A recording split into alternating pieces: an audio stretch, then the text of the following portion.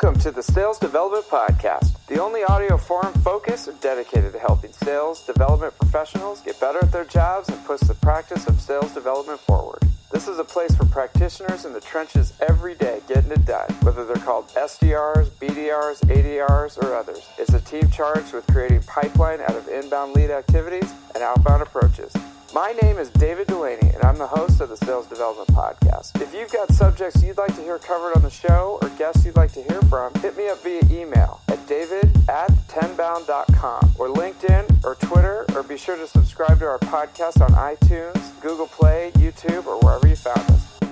Hello, everyone. This is David Delaney with the Sales Development Podcast. I am so excited to talk to someone who I've been following for years, and I've been a big fan of her output. She's the founder of Strategic Pipeline and the best-selling co-author of Predictable Revenue, which is the Bible out here and has been for a few years for sales development professionals. And she just came out recently with another book called Predictable Prospecting, which I'm excited to talk about. This is Marylou Tyler. Marylou, thank you so much for joining us. Thank you for having me, and I'm excited to be here. Yeah, this is great. I mean, I was so excited that we could put this together. Like I said, I've been a huge fan for a number of years. And just a quick backstory, when I was at Glassdoor a few years ago, we were just starting up the sales development program. And back then, I had two pieces of info, a file folder full of printed out blog posts and your book with Aaron Ross.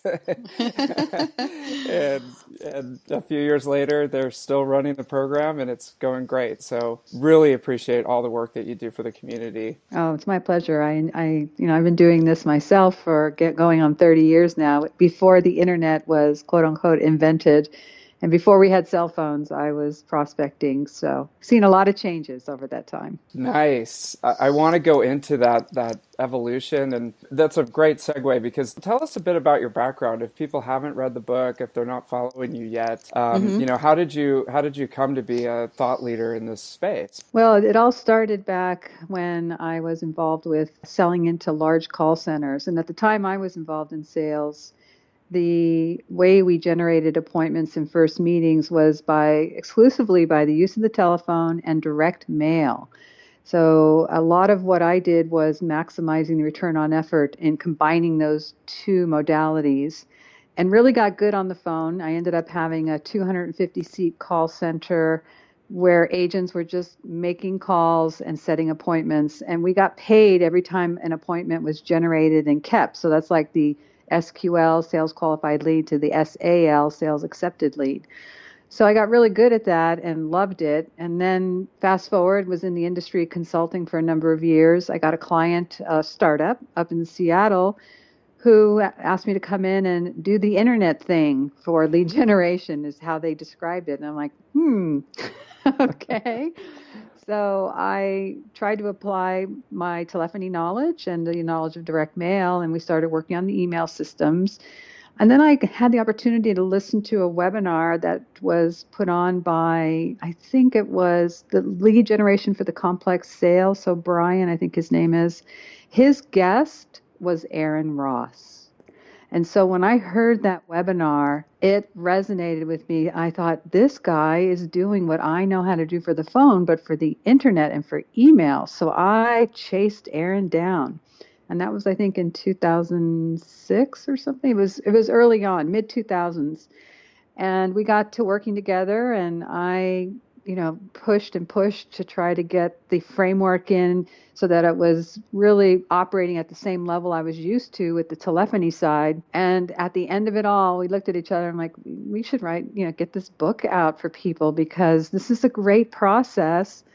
And that's how Predictable Revenue was born. It was going to be called, I think, it was like a Sales Machine 2.0 or something was one of the original names of the framework. But I'm so glad we called it predictable revenue because that is exactly what it is. Exactly. Yeah. I mean, that name has stuck around and is now sort of almost legendary. It's something that everyone's striving for, the predictable revenue. It makes you relax just thinking about it, you know. So that's Yeah. amazing. And so you worked with Aaron and put out the book. And then, Mhm. tell us about what happened, after the book was released and what you have been Well, working I on went since then. back to doing my consulting, and because I had been doing that since the early 90s, so I went back to my comfort zone, which is working with higher end companies, enterprise level, kind of up market.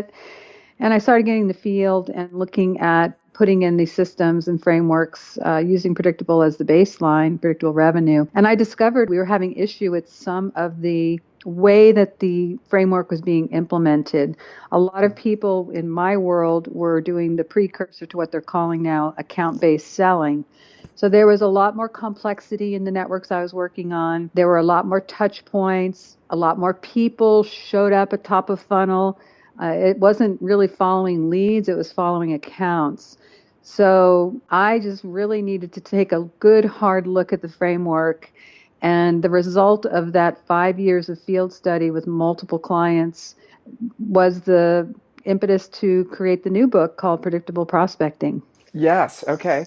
Great segue. I want to dive into the framework, and it sounds like what you learned over the 5 years of working with clients and seeing how predictable revenue was being, implemented, and now, Mm-hmm. that how that rolled into your new work on predictable prospecting. Yeah, yeah, there was definitely it fits in certain areas, and I still there's three main concepts from predictable revenue that I still hold on to and use as baseline metrics for any system I'm developing. And those are that all leads are not created equal. We learned that the hard way for predictable revenue. I look at separation of roles, although it's a little bit muddier now because of account-based selling, and we can talk about that later. And then also, I really kept the framework, the process, the usage of sales process, overlaying that with continuous improvement and the lean methodology. So those three things I still hold on to, and I created a new framework with that as the baseline. And then I started implementing in these companies, and we didn't have the luxury of adding a lot of stack. Like the smaller companies are stack rich. The larger companies, you get maybe two or three of the apps, and then you got to go through major discussion in order to get a new app installed. So we had to work with tools that were probably not as robust and as widespread as the startup community has. But even with that, what that forced us to do and had us focus on is how the content that we're generating and putting in our emails and the actual email itself, how it's written. We spent a lot of time working on the persuasive copywriting aspect of a cold email, of a working queue email. And we also looked at personalization because we didn't have the ability to spray and pray in up market. So it really got us to focus on each stage and increase the intra-stage metrics. And then from stage to stage, we really got good at figuring out how to reduce the lag. So that formula that you all love on page 42 of predictable revenue was really the formula that I used in generating this new framework. Okay, this is really interesting. Okay, so the three big takeaways from predictable revenue, all leads not created equal, specialization, and lean methodology, are Mm-hmm. that those ideas are carried over. So they're they're Yes. they're still very valid. And that's really interesting. So all leads are not created equal. Tell me about that because I did a stint in predictive analytics looking at lead databases and how to sort them out. But Mm-hmm. that was sort of the gold standard was how do we separate leads? And all leads are not created equal for sure. Right. And in the larger accounts, when I say larger account, I mean the accounts that they're enterprise based, they're selling products and services that might be at a different price point than, say, where a startup is now. We also had very robust marketing departments. There was a lot of cultural and corporate issue with marketing. So what I mean by all leads are not created equal is that an SDR or an ADR or a BDR may be handling multiple sources of leads as part of his outreach. It's not just a cold list. And predictable revenue, if you look at the 5-stage framework, one of those stages is get a list. Well, that wasn't available always for us in the upmarket accounts because they had a house list, or there were other sources of leads coming from executive briefings or trade shows. So we had more of a gravitational pull from multiple lead sources that the SDRs, they were actually, there was an MBO in place, which meant that they had to follow up on certain leads, and that was not negotiable. So we really had to separate the minnows from the whales, if you will. Yeah. And we also had to look at and figure out an internal scoring system that allowed us to say, look, the leads in this tier, they're great. I'm so happy we have them, but they're not meeting the criteria of high revenue potential, high likelihood to close. So we're going to put them in a nice sequence with email to help warm them up and bubble them up to the top. But we're going to ask them to do a little bit more work before we're going to talk to them. So that was a big difference from what we did with predictable revenue, which is we got the list, we're targeting who we want, and we're putting them through automation to get that referral. We just didn't have that capability or the ability to do that in a lot of the accounts that I was working on. Yeah, no, I think, if you look at the database as a whole, I think thing number one is we've got to sort it out into some kind of buckets based on, the account size and the persona that we're talking about and things like that. And if folks on the call, if you haven't thought about that yet and you don't have that worked out, you can do it in-house with your own scoring system for accounts and names, or there's vendors out there that can help. And again, it's a process where you have to purchase that, but you've got to have that sorted out first, I would think. Most definitely. Yeah. And the other thing that you mentioned that wasn't really talked about in predictable revenue was this concept of the persona. And really, predictable prospecting expands on the persona to actually say it's not even about marketing's personas or product marketing's personas. We need to create a sales-specific persona that we're going to target. The reason being is when you think about a marketing persona, the call to action that marketing's trying to get for us is the marketing qualified lead, the MQL. But as a business developer, our call to action is the initial appointment, is the initial meeting, the follow-up meeting, the face-to-face, whatever it is. So by definition, the marketing personas are not giving us enough in order to be able to craft a compelling conversation to get to first meeting. So predictable prospecting dedicates an entire chapter to persona development. And there are entire books on the subject, but we've synthesized it down into a chapter. And we reworked the predictable revenue ICP into what we're calling an ideal account profile, which is an IAP. Okay, this is really interesting. So there's sales-specific personas. And most definitely. Okay, that's really interesting. So because we're going after the appointment on the sales development side, we need to rethink the personas that they're giving us from marketing. 100%, because we also have to think positionally in the pipeline. If we're tasked with follow-up on leads, they're not all outbound, then that person may be entering in working status instead of cold status because they filled out a form or they were brought in through an executive briefing, a workshop or whatever. So, the premise of predictable revenue was, I got to find the right person. But in this case, we may have the right person, so they're not going to go to the cold queue. They're going to go to the working status, and it may be a completely different person that we're working with. So yes, not only do we have different personas, they enter at different positions in the pipeline. So we have to be ready to have these conversations. The other thing we've added in predictable prospecting is, not only do we need to know these personas, but we need to know the direct and indirect influencers of these personas, because we've started sequencing and calling into the companies in a way that mirror images the predictive dialers of the call center. So we're calling in and around this bullseye of influencers with the sole purpose of trying to get our foot in the door. Okay, that's really interesting. So, do you, in your methodology, are you trying to reach the influencers first and then work out from that kind of inner circle? Or the old question, do you go high? Do you go low? Do you go sideways? Where's the best way to approach an account? I think it depends on your level of comfort as an SDR. For me Okay. personally, Marylou, since I've been doing this for 30 years, I go directly to the bullseye, the main man, the main lady. I go right to the middle.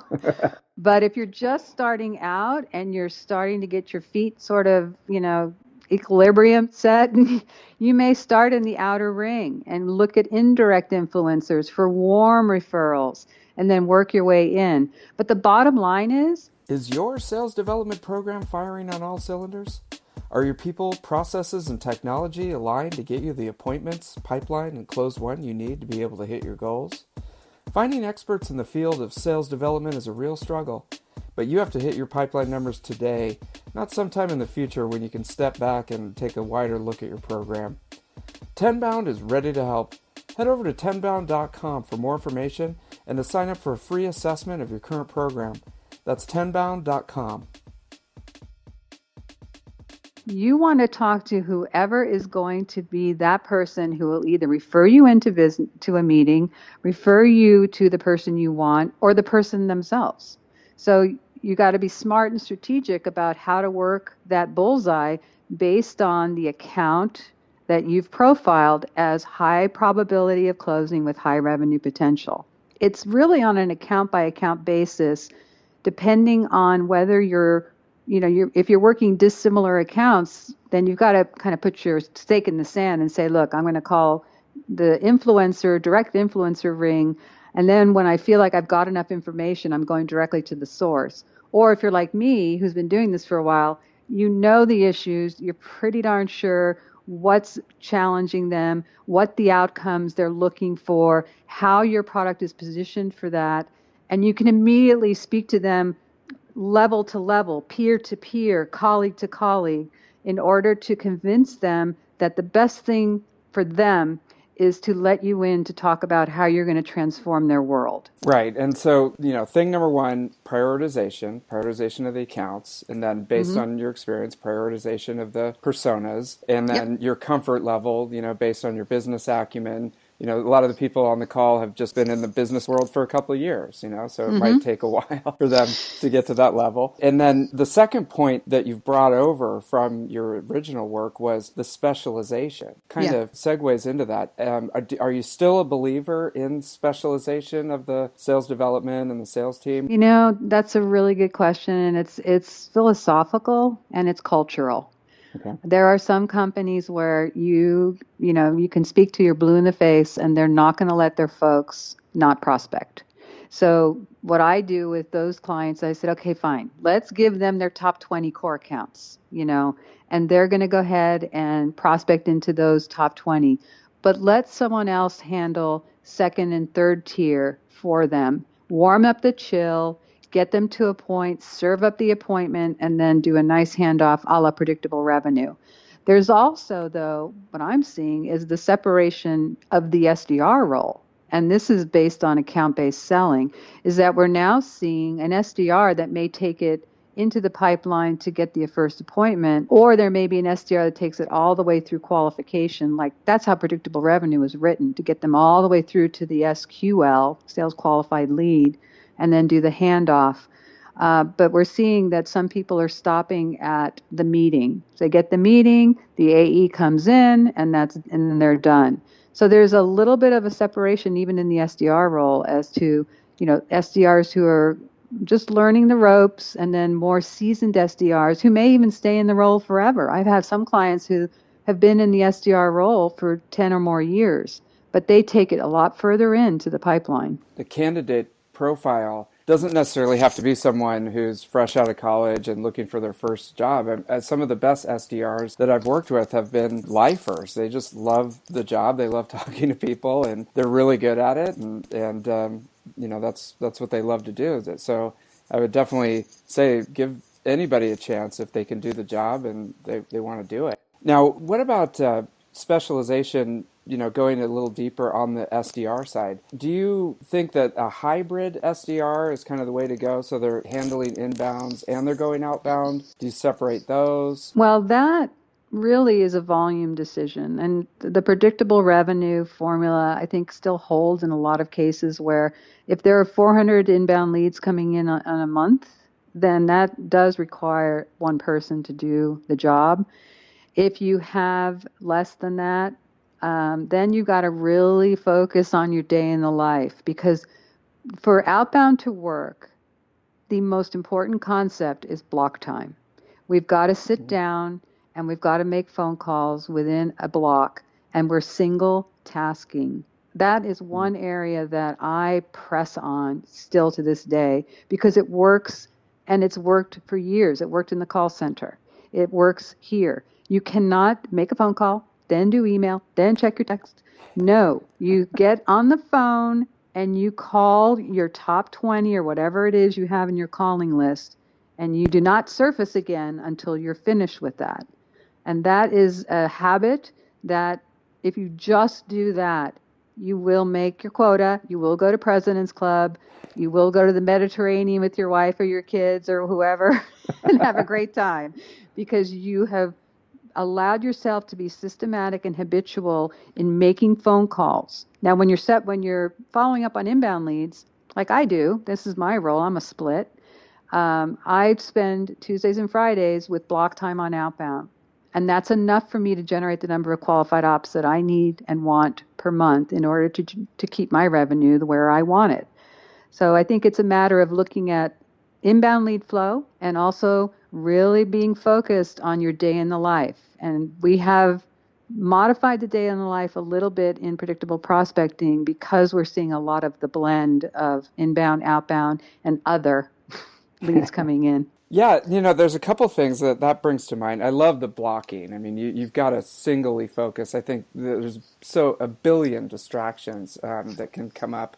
It's so easy to be entertained and take your eye off the ball, but major props for doing your own outbound and building your business every Tuesday and Friday. I think that's something I need to work on too. So good for you to be on the phone doing it. And it brings me a question I had in mind is some of the new products that have come out over the last 3 to 5 years, like Sales Loft and Outreach and Persist, that are built specifically for the SDR channel. Do you ever come across those in your work, and what are your thoughts on the way that they put those together? I've come across 2 of the 3, not Persist, and it may be because of where I sit with accounts. Outreach.io I've come across, and Sales Loft. In fact, there's a case study of Sales Loft in our book. Kyle Porter, who's the CEO, is kind enough to share that with us, that we can include that, the importance of cadence and the importance of sequencing. So we used him as the case study.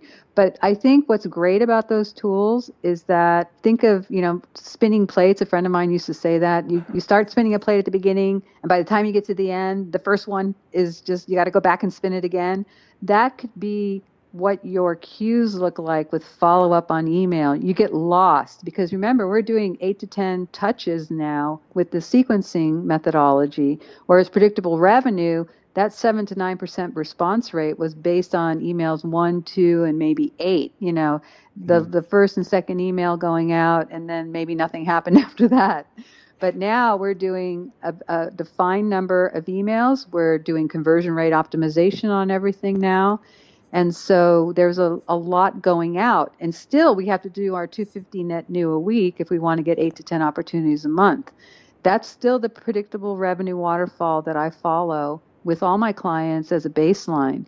So if you have 250 emails that are net new, and then you have to add in all the emails, 2, 3, 4, 7, whatever, you do need a tool. And both Outreach and Sales Loft appear to have that capability of doing that filing for you so that it's on top of it for you. It's just, you look back and it's like the invention of the telephone or something. I mean, it's like, how the heck did we do this before with Salesforce tasks and spreadsheets and stuff like that? I mean, what they've done is absolutely amazing. And then, the dark side of that is I was sitting with a CEO yesterday, and he showed me his inbox of emails that he's gotten from an SDR at a company. I won't embarrass the company by saying who it is, but he showed me that he had gotten 30 emails from this guy over the course of 45 days. And, it's like, you got to be a little bit careful with the automation out there, because if it's not customized and it's just one after another, then it just becomes, irritating, it seems. Oh, that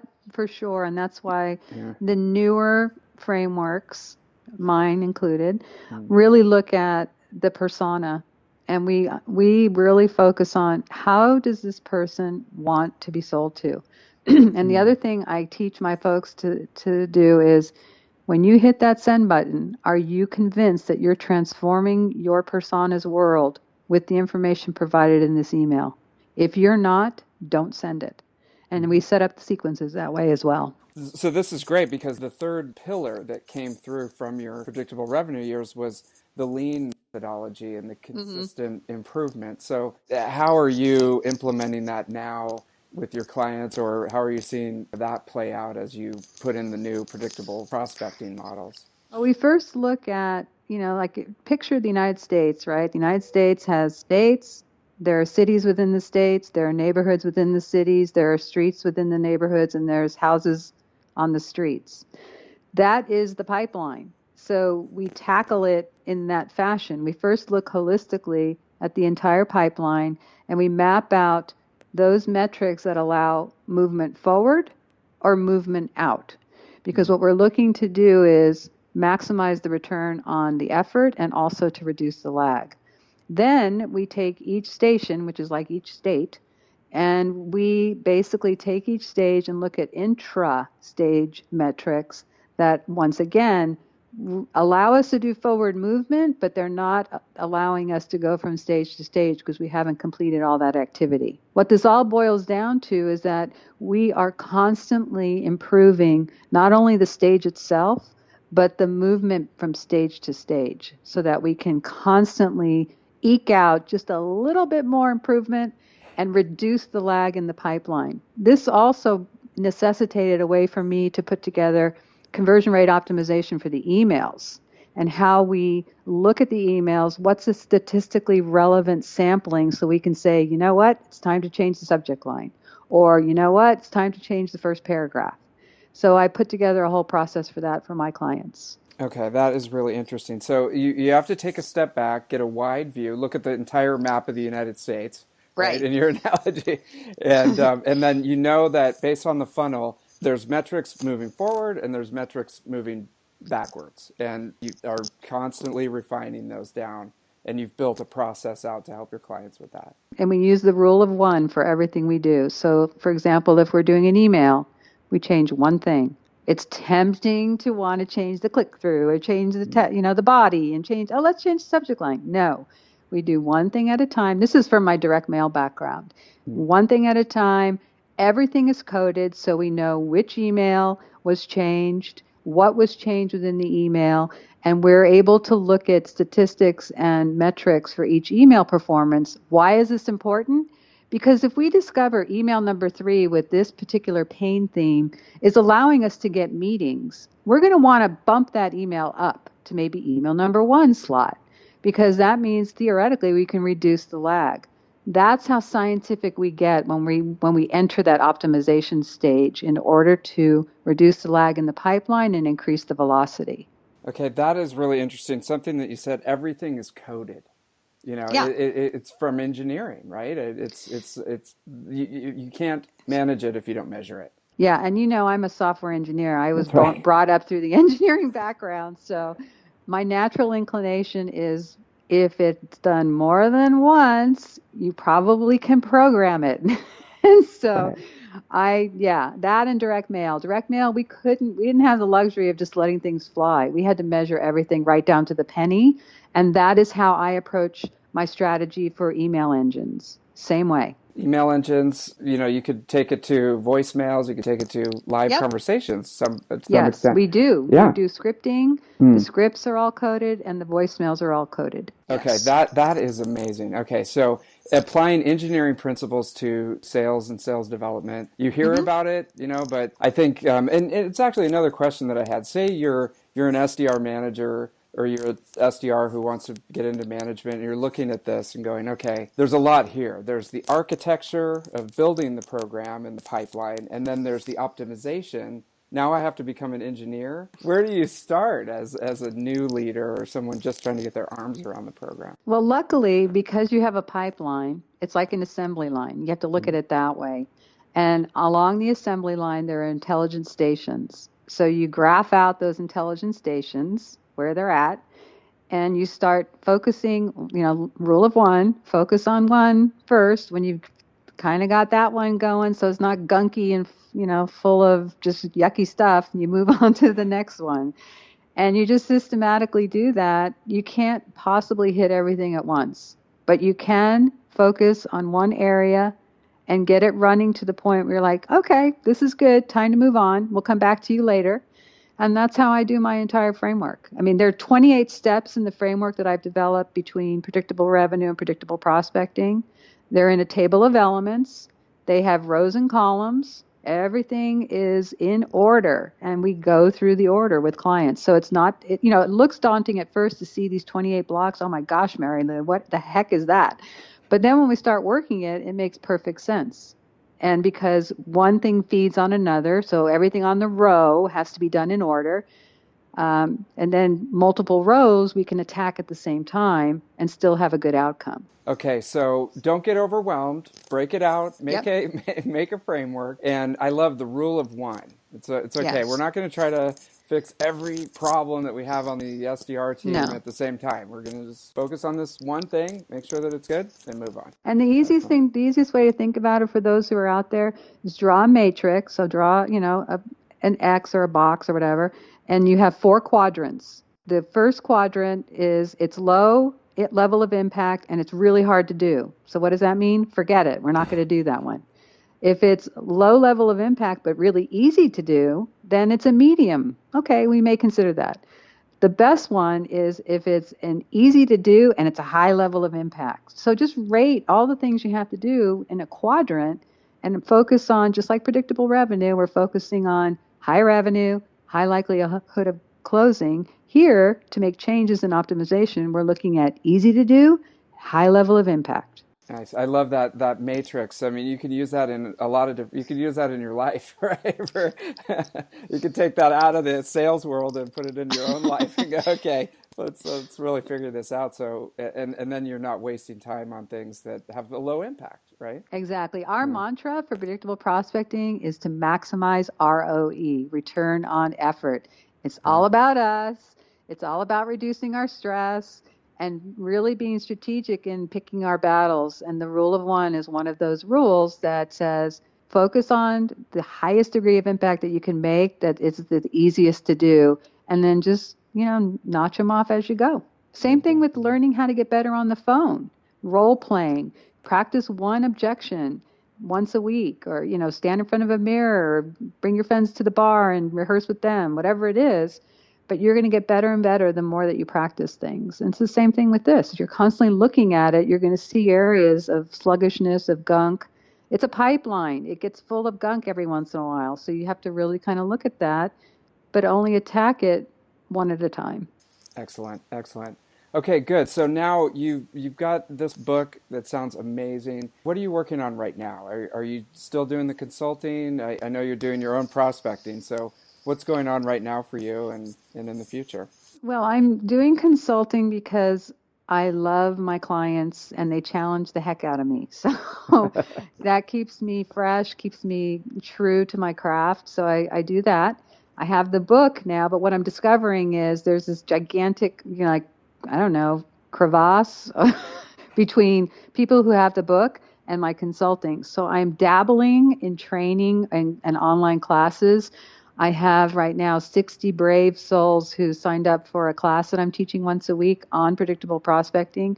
So I may get that into some type of learning system, but I'm not quite sure how that's going to work yet. So I'm experimenting with these wonderful sales executives who signed up. And hopefully I'll be getting a class out that would at least go through the book in detail. And for those who want to do a deep dive, who are what I consider specialists or experts, I'll have those modules for them. But then the newcomers and the apprentices and the people who are actually producing, the course will really be focused for them because predictable prospecting is for the sales executive, really. Okay, and is this something you're doing a virtual class where you're actually teaching, or is it a like an online module where it's recorded? It's a live class through Nice. Zoom because I Okay. have people all over the world that are attending, and we've gone through module 2 right now. I have 6 modules, so I've broken it up into a success path for them. We did the assessment together where I told you the United States thing. We looked at the State of the Union. Then we worked on targeting, and then we're going to work on the engagement, which is the email cadences, the voicemail scripting, the actual scripts for first meetings, things like that. Then we're going to do an analyze class together where I show them how to set up the metrics for them, the real, the Fab Five that we used to call in predictable revenue. I've added on to those a little bit, but not too much. And then we work on an optimization sequence. And then from there, they have their own personal systemized model for prospecting. And they can take it and run with it, Yep. and so this is sort of your test class, and then you're thinking about maybe releasing this in the next iteration to more participants. Yeah. And what I Oh, don't know is a group. My gut is telling me there still has to be some kind of group like office hours, or I'm not right. exactly sure. So I'm kind of taking it easy to see what's going to work. That's why I'm available for these guys 3 hours a week right now. I do a class, a repeat class, and then I have office hours. So they're getting a lot of my time. And I'm very grateful because they're students who really want to master prospecting, read the book, and now they're like, okay, we're going to tell me the good, bad, and the ugly. So I'm learning from them how to teach, essentially. Nice. Well, that is really interesting. And I'll put the link to your website and to your LinkedIn page on my blog after the podcast so people can stay in touch with you. And, I'm really interested. I'd like to take that class. So hopefully, it comes out to the general public and we can take it. So, Yeah, what I may do yeah. is release some of the recordings and then shrink them down into bite-sized chunks because right now they're 45 minutes long. So, even I don't like to hear my voice for that long. So I'm going to try to get them down to something manageable for everybody and then put them also on MP3 format so you can listen to it in your car. But, those are the kinds of things I'm looking to do. I've been very grateful for the work that I've been able to do in this industry. I've been in it for a long time. It's my duty now to give back. So I'm trying to find the best medium to do that in a way that will help, our community. The other thing that I love is when people reach out to me because I will get back to whoever reaches out to me, and that's a promise, and I always have done that. Nice. Okay. Well, again, you will have your contact information available, and we'll put up some show notes on this so people can get direct access to your material. Hmm. Mary Lou, this has been amazing. Thank you so much. I'm going to go back and hard code my pipeline right now after listening to this. And Yeah, the back of the napkin drawing. That's what I tell my class to do. Just like go nice. draw it on a piece of paper. The bubbles are the stages, and it was great when I got back. So I'm just really excited. I think everybody's been really great about the class, and we're going through the book. So it's a way for me to teach the book and also to add the stories around the why and the how to. So it's been a great experience for me as well. Excellent, excellent. And now in a few years, the lean methodology, you'll have another book, that has to come out. Don't think about that right now, but No, it's no. it's in play right now. So, well, thank you very much. Got a lot out of the call, and you just enjoy the rest of your evening, Mary Lou. Thanks again. Okay, thank you for your time.